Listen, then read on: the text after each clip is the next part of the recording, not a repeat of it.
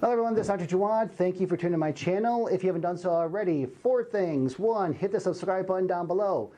2, the like button. 3, bell notification, because when I upload videos, you'll be first to be notified. And also, if you have a comment or a question, please leave it down below, because I do answer the questions the best I can in short form. However, if they are extensive, this is where I recommend you to go to my webpage, www.totalwellnessdepage.com, and hit the consultation button. Yes, your question is valuable, and I would like to spend some more time with you, either one-on-one or a Zoom call, or if you're in the area, please stop in, because some of these questions have gotten very, very detailed, and I want to give you the fairness of answering them at depth. What's going on, man? Hey, what's going on, man? Doing good. A few of the questions that we get that we want to address in this video is dosage and branding. What do you say about dosage? Dosage? Okay, so this is a good question, because dosage varies according to person. This is why it's dose. I always say it's dose dependent on you, because there's different types of people that require a lower dose versus a higher dose. That is why I always encourage people to do their research. Okay, so what do you say about brands? Because I know we cannot promote brands. Brands? Oh yeah, brands, that's a great question, because there's many brands out there and we cannot promote any certain brands due to copyright laws. So this is why we always encourage you to do your own research, because you're going to do the best research you can. We can only guide you, but you could do the further research to get the better answer. Exactly. Good. Because there's a lot of brands out there. Do your research. Again, I back him up, and I always encourage people to do their own research, because you are very important to your own health as well. We could only do so much. We kind of lead the horse to water, but we could only do so much research for the individual. And thank you for supporting the channel. We really appreciate it, because this channel has been growing a lot in the past couple years, and the more that the channel is recognized, the more that we're out there, the more that we could help people, especially you. So thank you for watching, and continue to watch. We appreciate it. Thank you for the support of the channel as well. We are growing greatly. We appreciate it, because our success is your success, because we can only do it with you and your help. So thank you very much. We appreciate it. Take care now, and keep on watching. Hello everyone, this is Dr. Jawad. I'm going to do a video on a common condition with shoulder pain. Okay, now with shoulder pain, a lot of times people say, yes, my shoulder hurts, or maybe the back side of my shoulder hurts. Now when it comes to the anatomy of the shoulder, there are 14 muscles of the shoulder girdle that makes the shoulder move. Yes, we have our 4 main rotator cuff muscles, the supraspinatus, infraspinatus, subscapularis, and you have your teres minor muscle. Those are the 4 main, what's called the rotator cuff muscles. Muscles that create the primary movers of the shoulder when you move it in all directions. However, in total, depending on what research you're looking at, it's anywhere from 18 to 20 different muscles all working together, because you got your trapezius, you got your lats, you got the deltoids, you got the serratus, you got the pec, minor and major, which also are all accessory muscles which allow the stabilization of the scapula and the clavicle while we're moving our arms around. Now what's dynamic about the shoulder complex, because it's not really a ball and socket like your hip. It's called the shoulder complex, because as you see here, the humerus is really not attached onto the scapula. It's not like a ball and a socket insert.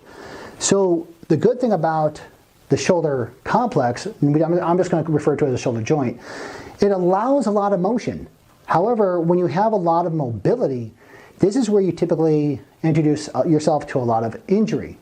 Now when it comes to the shoulder, I'm just going to say girdle, it actually inserts at a 30-degree angle. So when the arm connects with the scapula, it's typically at a 30-degree angle, and a lot of it is mostly anterior.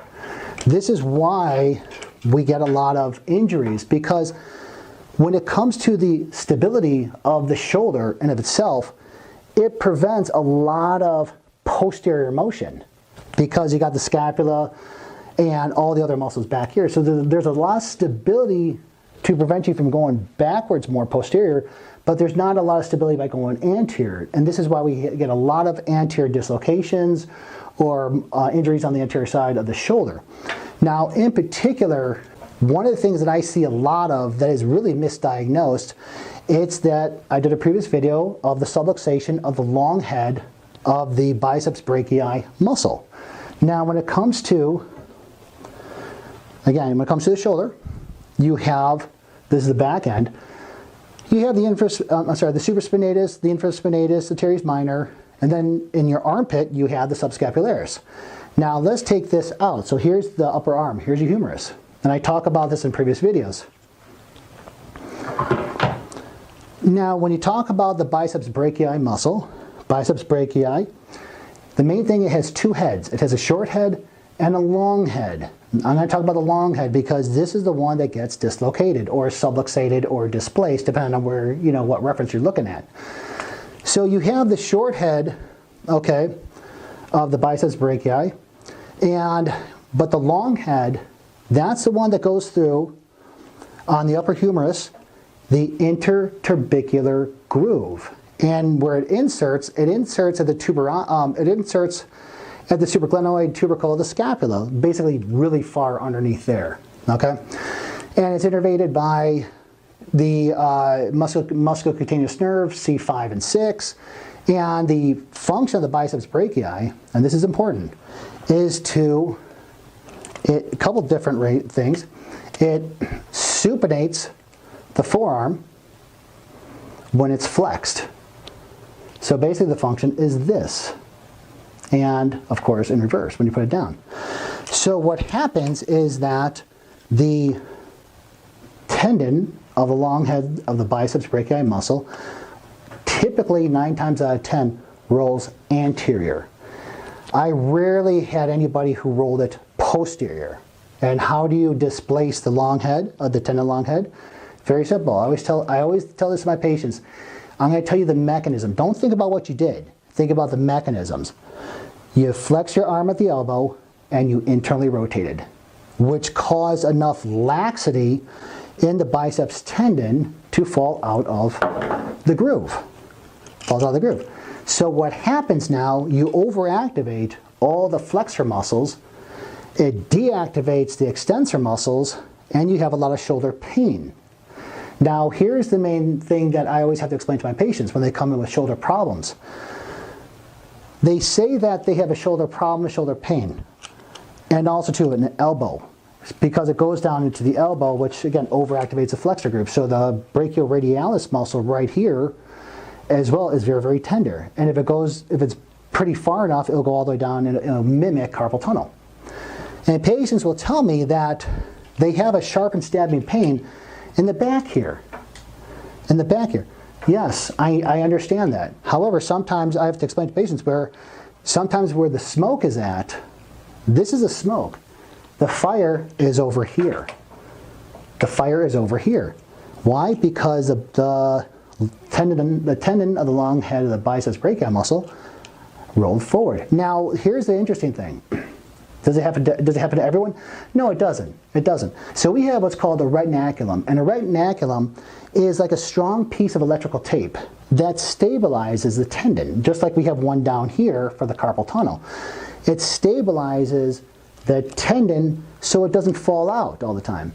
But remember, what's the mechanism? You flex your arm at the elbow and you internally rotate, which causes enough laxity to roll it out.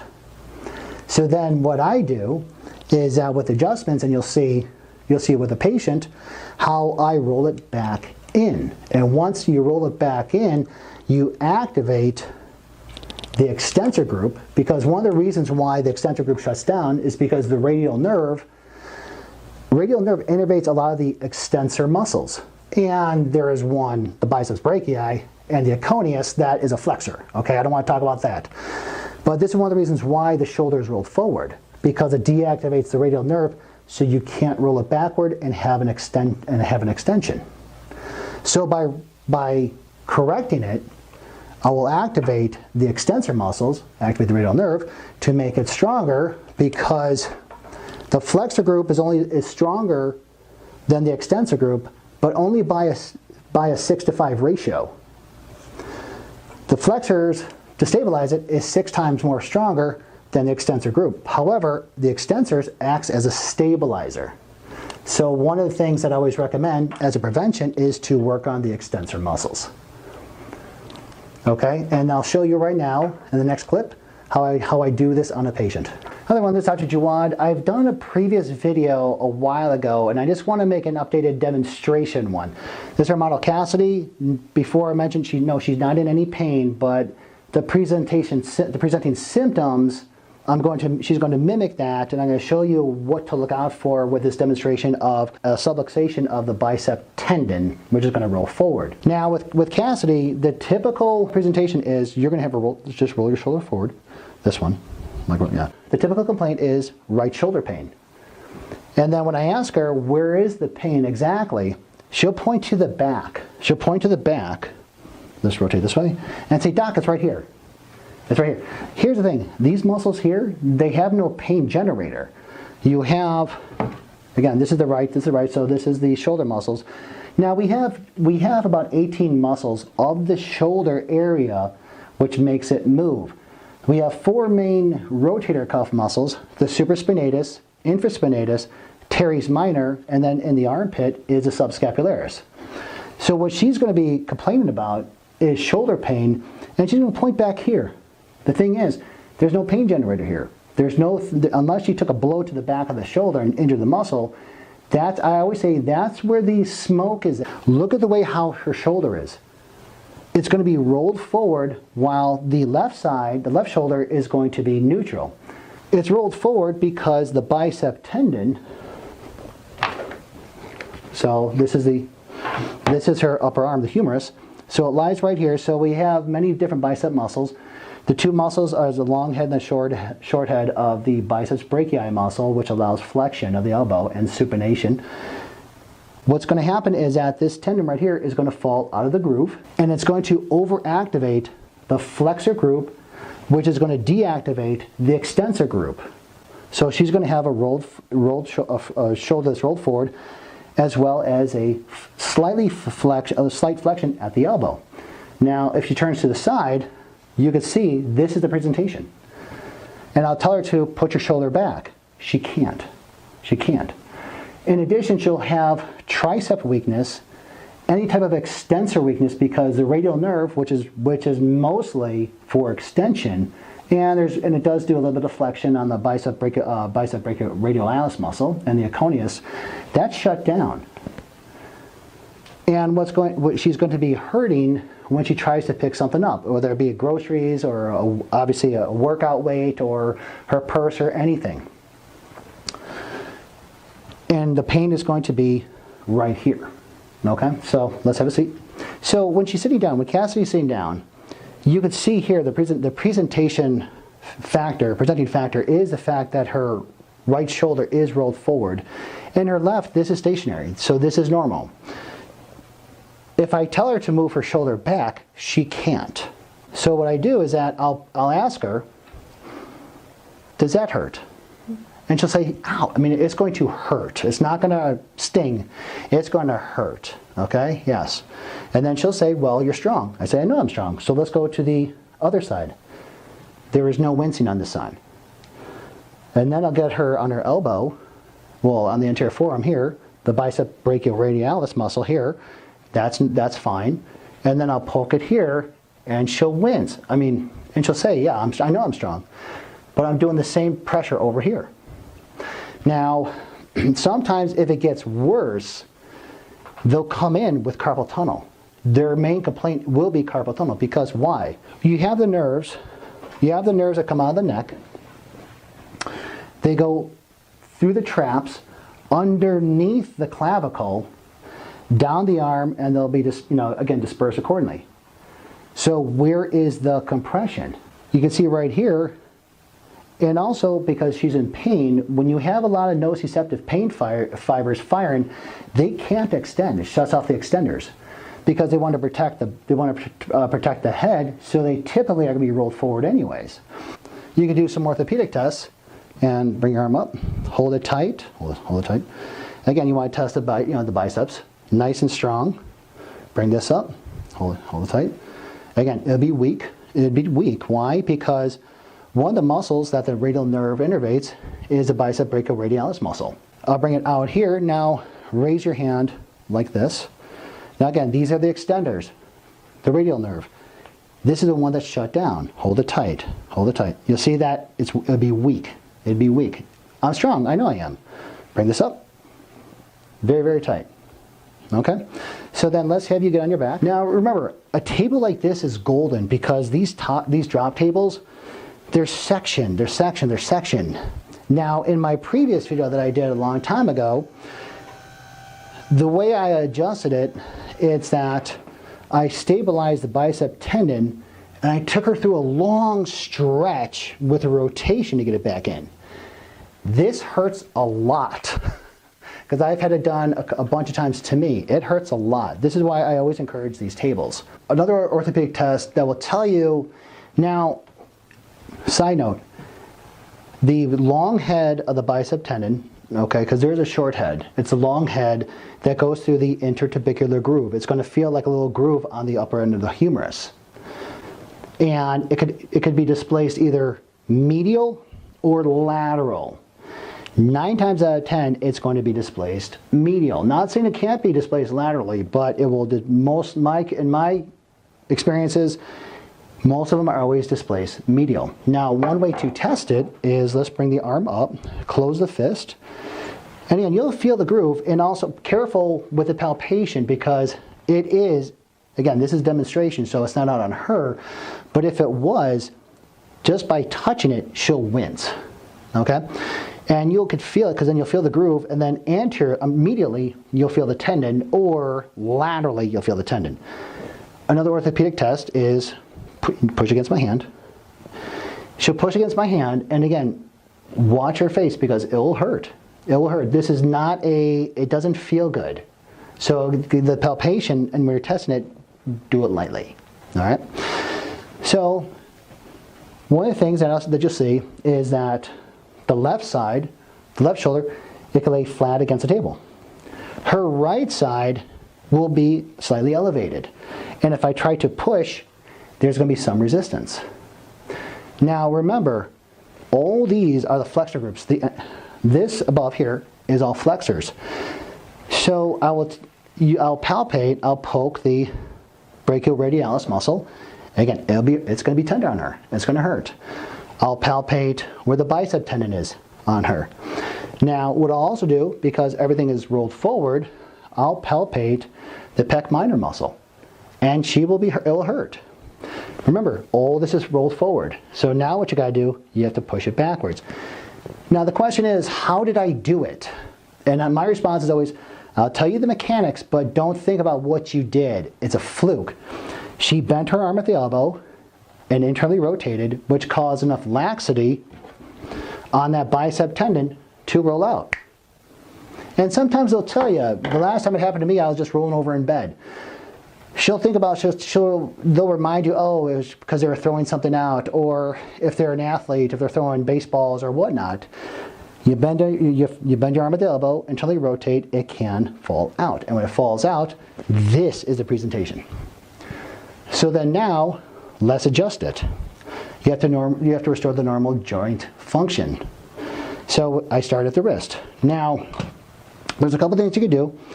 If you're strong, I always say I have strong hands. She has tiny wrists. I could do a wrist adjustment, okay? Make that work, or the toggle board. It depends on the size. She's tiny, I got big hands, she has tiny limbs. Not a problem. But if the tables were turned, if I was the patient and she was a doctor, there's no way that she would be able to get my strong wrists. So the toggle board is the gold. So what I'm going to do, again, the majority of the wrist bones are right here. Lay it flat, do a little traction, flex it, and just do a couple whacks. I do both sides, because I want to open the carpal tunnel. And then I walk down the forearm I extend the wrist. Now, why do I do that? Because you have the radial bone here, you have the ulnar bone here. The thing about the radial bone, it has a flat head, which allows this is why we are allowed to supinate and pronate our forearm, because it's a radial head. It has a flat head that allows us to cross over. So you have an ulnar bone and the radial bone, and then in between you have a lot of little interosseous membranes, ligaments, all these little small muscles that, remember, she was in a constant flexion because she couldn't extend. So that's why either you take your finger, massage it in between there, it's not going to be pleasant, or I just keep it simple and use a toggle board. So then now you want to do a quick adjustment on the elbow joint. The brachioradialis, the origin's here, the insertion's here. Remember, she's in a constant state of flexion, so we're gonna adjust the elbow. And again, this might be bitey. Okay, so very quick. That one, I know that hurts, but they might wince. But afterwards, now she's able to extend her elbow. Remember, you want to restore the normal joint motion. So then here, with this table, now I would say the good news is I have very strong hands. She has a tiny shoulder. So what I'm going to do, I'm going to there it is. I'm going to anchor that tendon with my fingers and then do a nice thrust. Do a nice thrust. In addition to, because everything starts too at the clavicle, sternum, this bone rotates as well. Again, I always want to adjust the clavicle as well. There you go, very simple. Because remember, muscles attach onto that as well. There you go, there's that. And then afterwards, you can see immediately, this is one of those instant gratifications where doing it right, her arm now is going to be able to lay flat. Just like the left one. If you palpate here, there might be a slight decrease in pain. Why? Because now it's turned on, it's being active. And of course, you always want to come up to the neck. Very simple neck adjustment. Right there, right there. Okay. Now sit up, turn face me. Then you always want to say, now put your shoulders back. So then now it's allowing her to put her shoulders back, because what I'm doing, I'm balancing out the posterior and the front group, the anterior and the posterior muscle group, by getting the bicep tendon back in the groove.